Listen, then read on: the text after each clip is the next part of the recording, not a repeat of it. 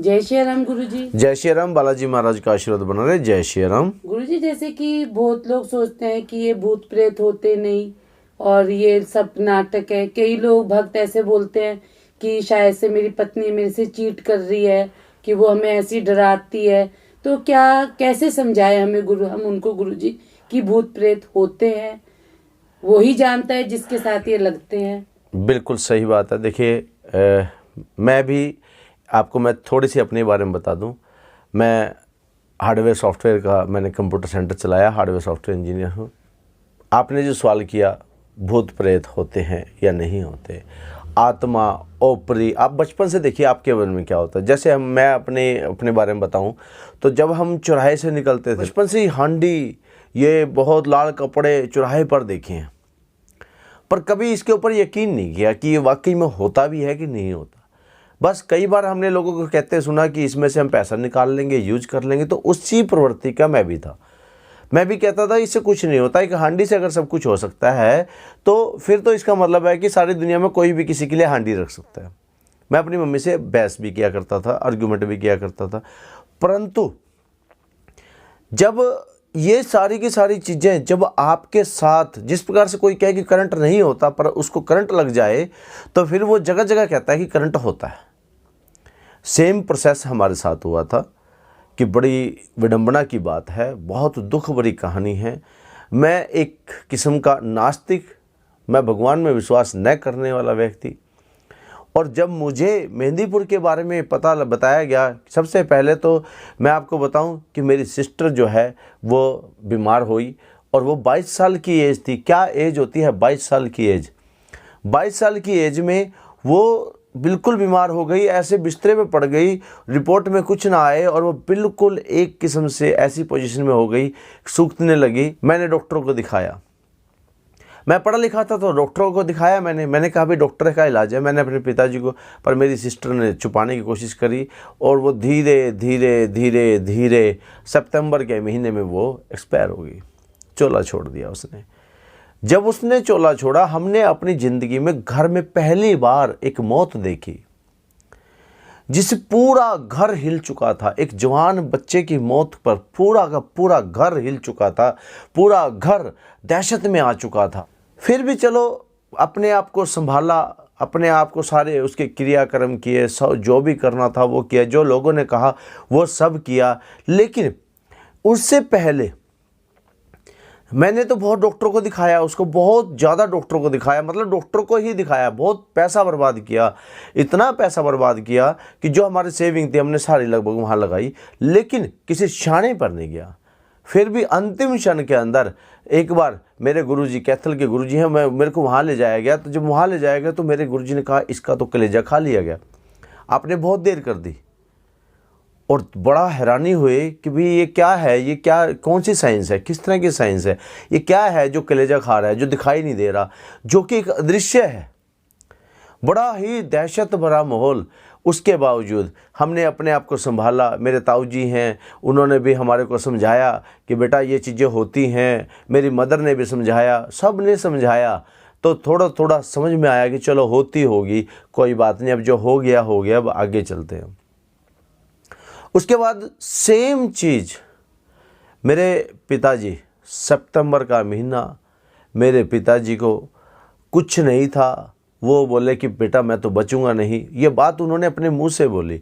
और फिर वही महीना 16 को तो मेरी सिस्टर एक्सपायर हुई थी, और 19 सितंबर, एक साल के बाद मेरे पिताजी एक्सपायर हो गए। और जबकि मुझे लोगों ने कहा था कि इन्हें मेहंदीपुर ले जाओ, मेहंदीपुर ले जाओ, वो जब भी बीमार होते थे कोई रिपोर्ट में कुछ नहीं आता था, अचानक से उन्हें हार्ट अटैक आया और वो चल के गए थे। और दुर्भाग्य हमारा ये है कि जिस डॉक्टर के पास लेके गए थे वो खुद नशे के इंजेक्शन लगाता था, और जो शाने डॉक्टर थे उस दिन वो कोई डॉक्टर नहीं मिला।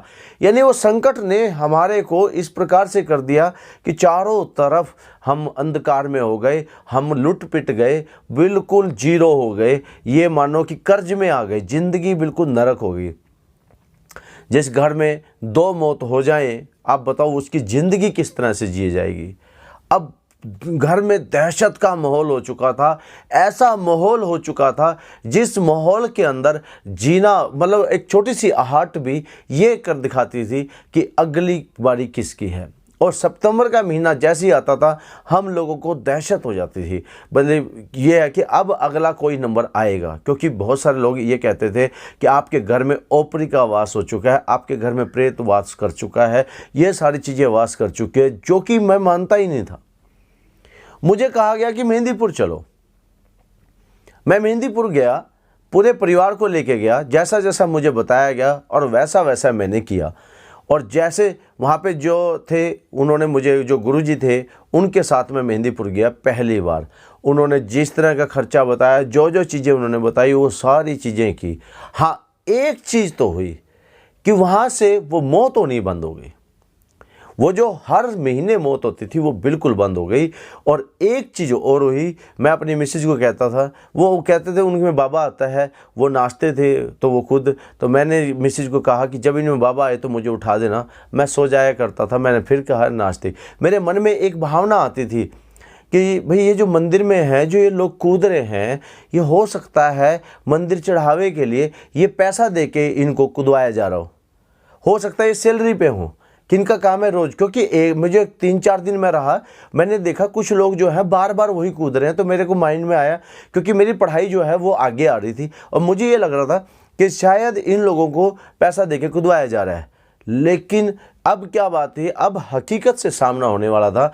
ये हकीकत वो हकीकत थी जिसके लिए मेहंदीपुर की शक्तियों के बारे में पूरे संसार में रहस्य है।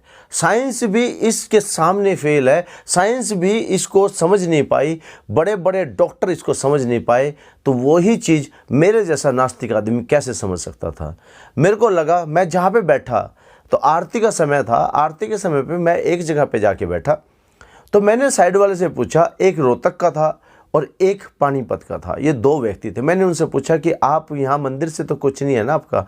नहीं। और जैसे ही आरती शुरू हुई, हे भगवान, वहाँ से तो झूमना स्टार्ट हो गया और मेरे साइड वाला भी झूमे और मेरे दाईं वाला भी झूमे। मुझे लगा इन्होंने छुआ तो ये जो पहले हम बीमार हैं और इनकी चीज़ हमारे घर में आ जाएगी। इस प्रकार से अज्ञानता थी, क्योंकि मुझे ज्ञान ही नहीं था बिल्कुल भी। जब गुरुजी ने कहा कि भाई आप एक काम करो, आप पेशी में बैठो, तो पेशी होती क्या है ये भी नहीं पता था। तो सबसे पहले मैंने सोचा अगर मैं पेशी में बैठ गया तो हो सकता है कि ये दोनों भाई हैं, ये कुछ करेंगे नहीं करेंगे। मैंने दोनों भाइयों को बिठाया पर कुछ नहीं आया। और जब मेरी बारी आई, जब मुझे बिठाया गया, मुझे बिठाने के बाद मुझे जैसे ही पेशी आई, और पेशी इतनी भयानक आई, इतनी भयानक आई, उठा पटक हुई, इधर से इधर फेंका गया और इधर से इधर फेंका गया। मुझे लगा कि ये जो गुरुजी हैं ये कुछ जादू टोना जानते हैं, इनकी आंखों में कुछ है। तो कोई बात नहीं, मेरे घर वालों ने वीडियो बनाई, फिर पूछा गया क्या था, तो कुछ चीज़ें चौराहे से लगी थी, कुछ चीज़ें चौराहे से लगी थी। उन्होंने बताया था कि हम ही हैं जो बार बार कत्ल कर रहे थे, जो बार बार इनके घर में मौत कर रहे थे, हम हैं वो चीज़ें। तो जब उन्होंने बयान दिया तो मेरे को बड़ा खिज मची। मैंने कहा तुमने मेरे घर का नाश कर दिया, अब मैं तुम्हारा नाश करवाऊंगा। मैंने बहुत खुल के पेशी ली और लगातार कई सालों तक पेशी ली। इसीलिए मेरे पास जो है पेशी का अनुभव भी है। मतलब मैं किसी थ्योरेटिकल बात पे विश्वास नहीं करता, मैंने जो प्रैक्टिकल अपने शरीर पे होते देखा है। पर अगली बार जब शाम को दरबार लगा, शाम को मैंने गुरुजी की नज़रों में देखना मना कर दिया कि मैं गुरुजी की नज़रों में नहीं देखूंगा। मैंने ज़मीन पे देखा, तब भी ऐसे लगता था कि 5-6 आदमी इधर से, 5-6 आदमी इधर से उठाते हैं और उठा के फेंक देते हैं, फिर उठाते हैं फिर फेंक देते हैं, फिर उठाते हैं फिर फेंक देते हैं, फिर उठाते हैं फिर फेंक देते हैं। ये हालात थी, वो ताकत थी, वो जो गोडे फोड़ने की बात आ रही थी, वो जो चीज़ें भजन चलते ही वो अपने आप होने लग जाता था। वो जो चीज़ें हैं उसे अब आप क्या कहेंगे? मैं आप ही के साथ पूछ रहा हूँ। आप देखिए, बीमार से रहने लगे, घर में नुकसान, सारा पैसा बाहर, कर्ज में, जिंदगी नरक जैसी हो गई। कोई तीज त्योहार हमारे मन को नहीं भा रहा था, सब कुछ तहस नहस हो चुका था। जिंदगी में इससे घटिया दिन हमने जिंदगी में कभी नहीं देखा। लेकिन एक चीज़ बहुत अच्छी हुई, वो ये हुई कि जब मैं बाबा जी के दरबार में गया, बाबा जी के दरबार से जुड़ा, तो एक चीज़ तो मेरी क्लियर हो गई कि कुछ तो है, कुछ तो इस रहस्यमय मंदिर में है, कुछ तो है यहाँ ताकत जो अच्छे अच्छे पढ़ लिखों की यहाँ पर उठा कर फेंक देती है, जो बख्शती नहीं है, जो बख्शती नहीं है किसी को भी, और अच्छों का घमंड घुटने के बल टिका देती है। मैं अपने गुरुजी के पास डायरेक्ट सेलिंग की कंपनी के लिए गया था कि गुरुजी मेरी कंपनी चलवा दो, तो मैं उनके लिए कंपनी के लिए गया था और उन्होंने मेरे सिर पर हाथ रख करके जो मंत्र उच्चारण किया, मैंने सोचा कोई कंपनी दे रहे हैं। वो जो शक्तियाँ उन्होंने ट्रांसफ़र की, मैं आज भी उन गुरु का दिल से नतमस्तक होकर के उन्हें प्रणाम करता हूँ। उन्होंने मुझे कहा कि महाराज जी आपके पास शक्तियों के ट्रांसफ़र कर दिया है, अब आप सेवा करें, जो कि मुझे पता ही नहीं था। मेरे लिए तो ये किस्म से मानो कि नास्तिक से एकदम यहाँ पर, और जितने भी लोग हैं जो मेहंदीपुर पर वो बाबा पे विश्वास करते हैं, बाबा पे प्यार करते हैं, वो उन्हें इस बात के बारे में मैं कह सकता हूँ कि वो 10 रुपये की दरख्वास्त ही इतना बड़ा काम कर देती है विश्वास के साथ लगाने के बाद। हम लोगों ने विश्वास के साथ लगाई, आज बाबा की कृपा ये रही है। कहते हैं बालाजी महाराज के ऊपर क्या कहते हैं, अष्ट सिद्ध नवनिधि के दाता। आप देख सकते हैं वीडियो में कितना मान सम्मान है। ये जो मान सम्मान है, ये सारा का सारा जो मान सम्मान है, ये सब अष्ट सिद्ध 8 सिद्धियों में एक चीज़ है, वो मान सम्मान सिद्धि है, ईश्वरत्व सिद्धि है। तो जो गले में मालाएं डलती हैं, जो भगवान की तरह लोग पूछते हैं, जो मस्तक टेकते हैं, वो एक सिद्धि में आता है, ईश्वरत्व की सिद्धि। बाबा जी के आशीर्वाद से फिर निधियाँ भी आपके घर में आने लग जाती हैं, लक्ष्मी भी आती हैं। 8 सिद्धियाँ बाबा बांट देते हैं, 9 निधियाँ बांट देते हैं। लेने वाला सिर्फ परीक्षा ली जाती है, और जो परीक्षा में उत्तीर्ण हो जाता है वो बाबा से एक बार प्यार कर ले, फिर बाबा का दरबार कभी नहीं छोड़ता। स्वार्थी व्यक्ति के बारे में कुछ नहीं कह सकते, लेकिन एक बार बाबा के दरबार में जो जुड़ जाए वो बाबा के दरबार में कभी भी पीछे पीठ नहीं दिखाता, क्योंकि वो बाबा से प्यार करता है। और कहते हैं कि देखिए, प्यार करने वाले में एक बात कही जाती है, वो ये कही जाती है जो मैं अक्सर कहता हूँ अपने भक्तों के बीच में, कहता हूँ कि देखिए, तुम साथ न दो मेरा, इस समाज को कह दो आप, तुम साथ न दो मेरा, चलना मुझे आता है, हर आग से वाकिफ हूँ, जलना मुझे आता है। ये जीवन का पुतला, ये जीवन का पुतला जल जाए भी तो क्या, जीने के लिए कोई दौर नहीं आएगा। हे बाबा, इस दिल में सिवा तेरे कोई और नहीं आएगा। तो जब साफ कहा गया, हनुमान चालीसा में गुप्त मंत्र दे रखा है, और देवता चितने धरियो, हनुमत से ही सर्व सुख करियो। कहा क्या जरूरत है भाई, अरे जो श्री राम का नाम लेकर के आज अजर और अमर है, वही आपको श्री राम दुताए नमा का जाप करते करते आप भी सिद्धियों को प्राप्त कर लेते हैं। तो मन चाहिए होती नहीं, प्रभु चाहे तत्काल, बलि चाहे बैकुंठ को और भेज दिया पाताल। आपके मन चाहिए नहीं होती, आप सोचो कि मैं बाबा की सेवा ना करूं, मैं पैसी ना खाऊं, मन चाहिए नहीं होती, वहां पे बाबा की चाहिए होती है। बाबा अगर आपसे सेवा लेना चाहते हैं तो आपको खींच लेंगे, बुला लेंगे, आपसे सेवा करेंगे। जैसे मेरे से सेवा लेते हैं, मैं सेवा करता हूं बाबा की, मैं वीडियो बनाता हूं, बाबा का प्रचार की सेवा करता हूं।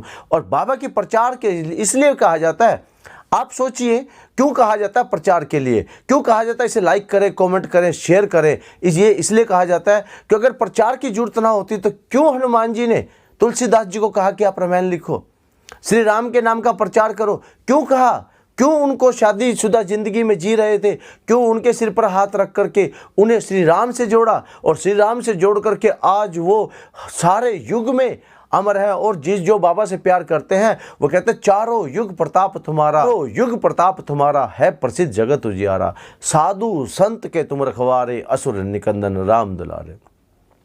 तो इस प्रकार देखिए, जो लोग बाबा को नहीं मानते, जो लोग कहते हैं कि हम नास्तिक हैं, आप रहो, लेकिन अगर आपके यहाँ लक्षण आ रहे हैं, आपके यहाँ पर लक्षण आ रहे हैं कि आपके घर में नकारात्मक शक्तियाँ प्रवेश कर चुकी हैं, वो, और नकारात्मक शक्तियों का मतलब होता है नुकसान, चाहे वो धन से हो, चाहे वो तन से हो, चाहे वो मन से हो। ये सारी चीज़ें तन मन धन में अगर कहीं भी आपको पीड़ा हो रही है, नुकसान हो रहा है, तो आपके घर में नकारात्मक शक्तियाँ प्रवेश कर चुकी हैं।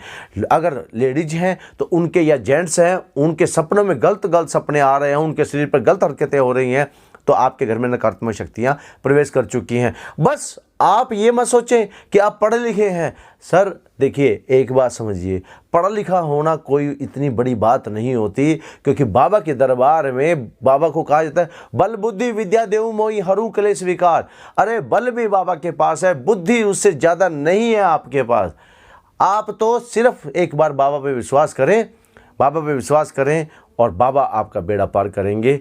इसीलिए आपसे अनुरोध है कि आप जय श्री राम जरूर लिखें और आप अपना अनुभव लिखें कि क्या वाकई में मेहंदीपुर दरबार में चमत्कार होते हैं। अगर चमत्कार होते हैं तो आप करें प्रचार, आप करें, क्या पता। और एक बात और है कि अब तक कब किसकी वजह से कौन सा व्यक्ति बाबा के दरबार में चला जाए, आपका नाम उसके कमीशन से जुड़ जाएगा, आप बाबा के प्रचारक में आ जाएंगे।